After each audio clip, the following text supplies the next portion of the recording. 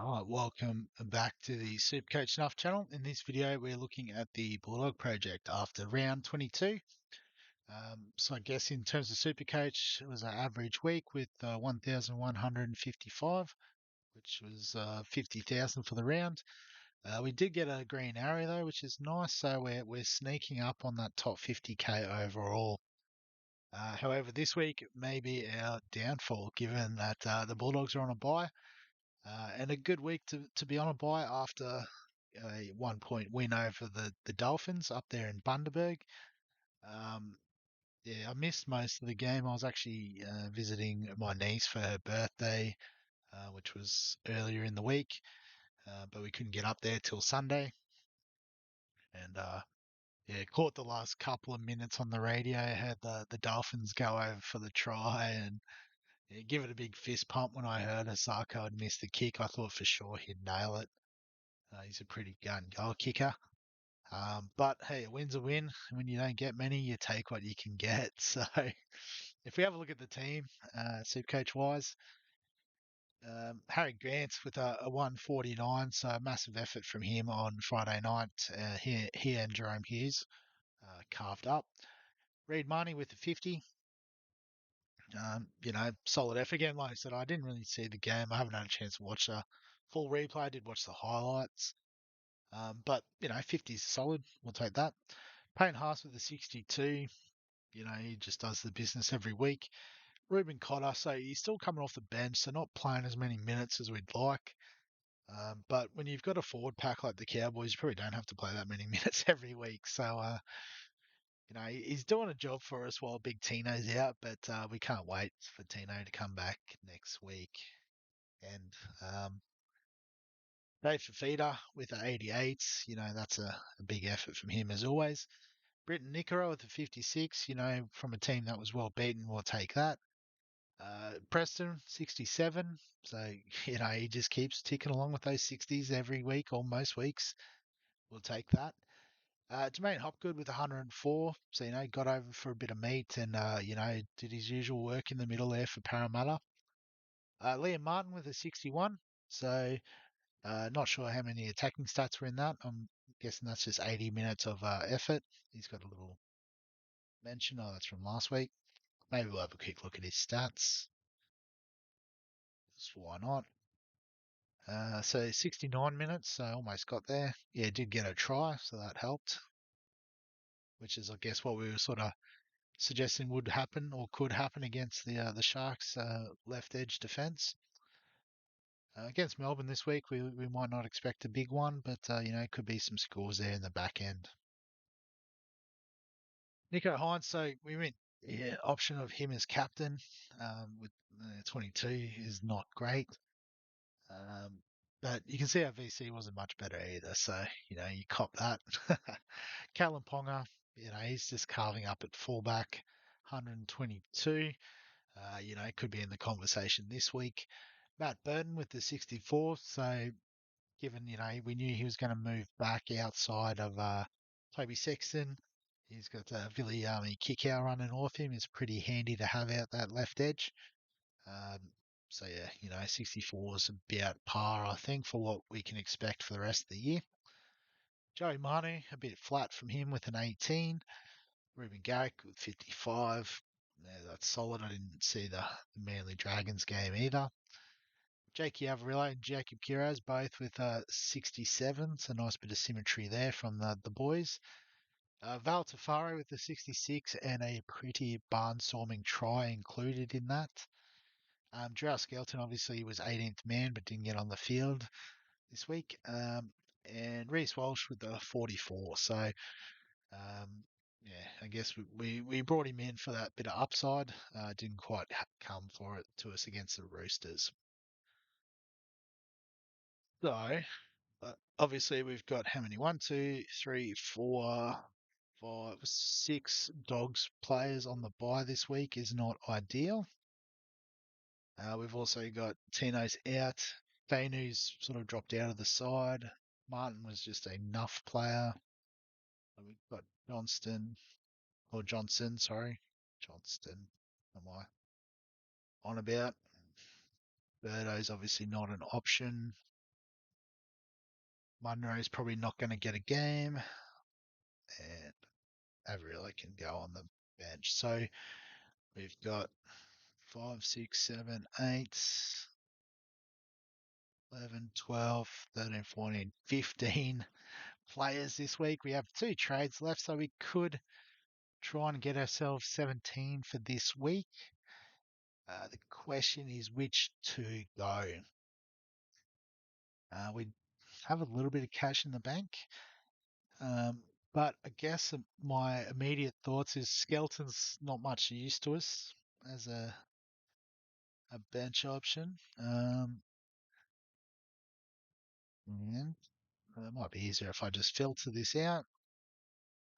Player I've brought into a few of my other teams, Dan Russell fits the bill, cheap option, playing in the second row, which is nice for, I guess, consistent scoring. Not a lot of upside, perhaps, but he's played 80 minutes for the last 2 weeks and got 40s, so we'll take 40 out of that sort of player. So let's go okay.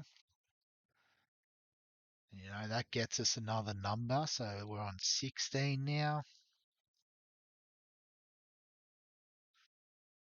And then from there, I guess we look at these guys, like they're all pretty solid. So perhaps we look at getting someone in place of Vanu. So trade out.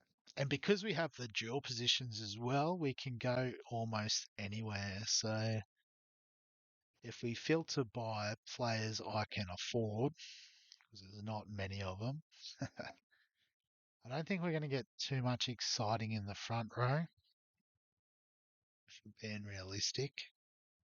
Excuse me. Yeah, like none of those names particularly excite me, so we can move Martin up and see what we get in the second row.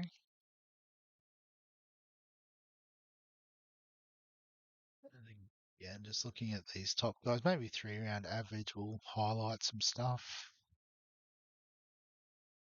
But not particularly. Felice Kafusi, solid enough player.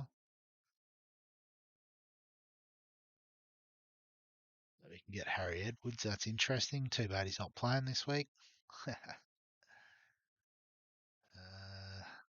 Yeah, not much there either. But we can also access our centre wing and even backline options. So what do we got here? Well, it's maybe someone went big this week. Perhaps Blake Wilson. Again, can't use him. Warbrick's dropped a fair bit in price. He was the closest 550 or something not long ago.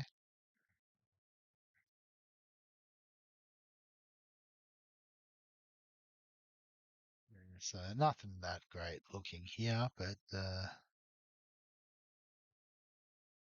what else can we can always here go, fullback. I don't think there's any sort of standout fullback options, is there? 5'8". It could be Amon from the Dragons. He went all right a couple of weeks ago, I believe. Did he not play this week? Oh, maybe I can't afford him anymore. He's gone out of range. Luke Keary, it's 390. That's interesting. Arcee's no good. I think Dylan Brown's back this week. Hmm. So, yeah, I feel like it will be a centre wing player. Just move Avarillo back there momentarily.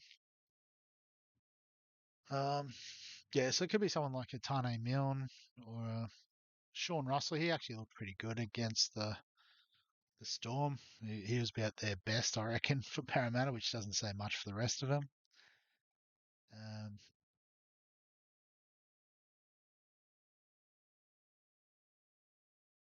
and then after that, what none of them played last week. Justin Olam, if he's back, I'd have a fly on him, but I don't know what his injury status is. I don't know. Have to find someone, I suppose. Just go off the players that have played, I suppose.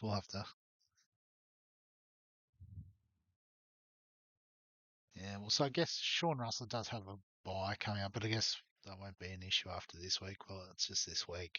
It's an issue. Tua Pilotti on the wing against the Roosters.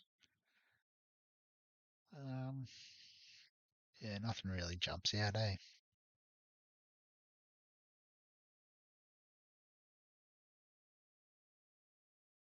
I don't know. The Sharks.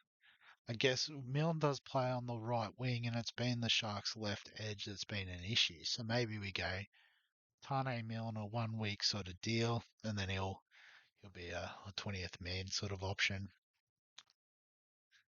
And I guess we've got the loophole sort of cover there as well with Munro. So obviously, if Milne's out or one of the others, else backline players are out, you'd imagine Munro would just slot in that spot anyway. So yeah, so we might run with a team that looks like that. I think that gets us one. Well, the whole starting team's playing, and then we've got one, two, three reserves. We haven't got four reserves. So after all that, we've still only got 16 players. I must have counted something wrong before. Or have I missed someone? Oh no, Dan Russell. That's who I've missed. Yeah, so there you go. There's our 17 for this week. It's nothing flash, but it's going to have to do the job, I think. In terms of captain, vice captain, you'd be a pretty brave man to leave it on Hines this week, I think. But given the form he's in, I think we can go with Ponga as captain. Might put the kiss of death on him, but that I don't think I'll be the only one there. So go Ponga as captain. In terms of VC, so you've got the likes of Sydney Roosters, Manly early. Just looking at the second game though, I think I like a bit of Sean Johnson as VC. Friday night against the Titans could be a good one for him, I think. So yeah, so we'll go with that. And as you can see, that's our last two trades done. So I guess could be some quicker videos going into the end of the year, but that's fine too. You know, it's that's what happens at this time of year. And saying that, there will still be plenty of content on the channel, so still do the stock market videos um, through to the end of the year. And then obviously starting to do some more stuff around things like Fantasy Premier League, NFL Fantasy, those sorts of things. So if you're interested in those, or even if you haven't looked at it before and want to know what it's all about, definitely have a look. But yeah, as usual, if you enjoy the content, please give the video a like. Comment on the video as well if you've got any thoughts, like particularly around this last trade. If you can see a better option at under 380 bucks, let me know. I'm all ears. And yeah, I guess if you are enjoying all stuff, remember to subscribe to the channel. Um, and then other than that, we'll catch you in the next one.